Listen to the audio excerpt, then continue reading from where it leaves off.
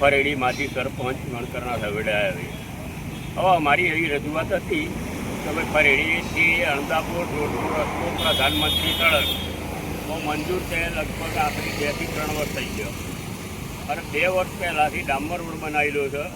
Road બનાવેલો છે, ખાલી મેટાલિકલી પાથરેલી છે અને વારંવાર રજૂઆત કાર્યપાલક ઇજનેરને કરવા જઈએ છે તો એ કોન્ટ્રાક્ટરનું નામ આવે, કોન્ટ્રાક્ટરનો નંબર આવે તો કોન્ટ્રાક્ટર કોઈ ફોન ઉપાડતા નથી.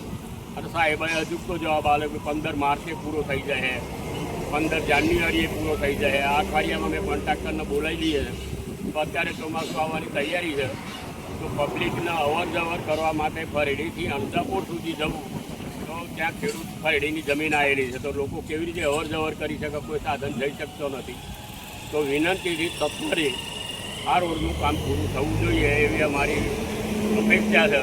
અને આ કાર્યપાલક ઇજનેરને શું છે કે પછી કોન્ટ્રાક્ટરને શું છે એ મને કંઈ ખબર પડતી નથી. જેથી સત્વરે તાત્કાલિક ધોરણે આ બાબતે યોગ્ય નિર્ણય લેવા વિનંતી.